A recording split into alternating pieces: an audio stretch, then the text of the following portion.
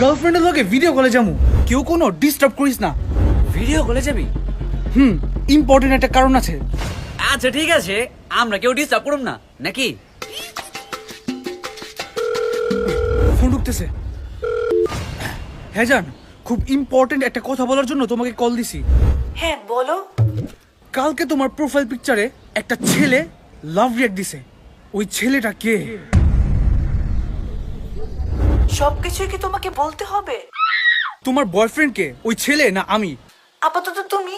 তাহলে তো আমাকেই বলবা নাকি? কেমন আছেন ভাবি? এই তো ভাইয়া ভালো। আপনাকে তো আজকে অনেক সুন্দর লাগতেছে, মনে হচ্ছে তাজা লাল গোলাপ। Thank you. ইম্পর্টেন্ট কথা বলতেছি, ডিস্টার্ব করিস না, চাপ। আরেকটা কথা, ওই ছেলেটা দেখি তোমার আরেকটা ভিডিওতে কে রিঅ্যাক্ট দিছে, ব্যাপারটা কি আমাকে খুইলা বলো। আমার ভিডিও? কোন ভিডিও? এক্ষুনি দেখাও। দাঁড়াও, তোমাকে আমি ভিডিওটা ডাউনলোড করে পাঠাচ্ছি। আর ভাবি একটা কথা বলতে ভুলে গেছি, আমার বন্ধুর ভাগ্য খুবই ভালো, কারণ আপনার মতো একটা গার্লফ্রেন্ড পাইছে, পুরো তাজা লাল গোলাপ। আরে গুরুত্বপূর্ণ কথার মাঝখানে এগুলো কি শুরু করলি? ইম্পর্টেন্ট কথা বলতেছি, ডিস্টার্ব করিস না, যা। ওই ছেলেটাকে এবার সত্যি করে বলো। আমি তো চিনি না। তুমি চিনো না? তাহলে তোমার পিকচারে লাভ রিঅ্যাক্ট দিল কেন? সবকিছু নিয়ে সন্দেহ ভালো লাগে না। তুমি সবকিছু নিয়ে সন্দেহ করো। তোমার সাথে আর সম্পর্ক রাখা যাবে না। ব্রেকআপ। বাই। হ্যাঁ ঠিক আছে, যাও, ব্রেকআপ, যাও। ব্রেকআপ করে ফেলাইলি?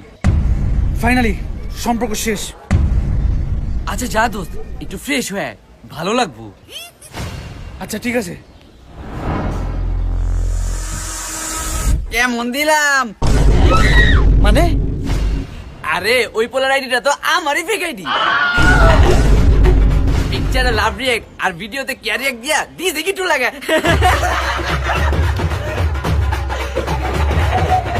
আচ্ছা এই ব্যাপার।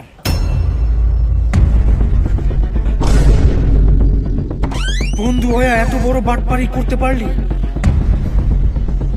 আমার রিলেশন তুই ব্রেকআপ করে দিলি? সবাই তোর কি ঠানি মারবো।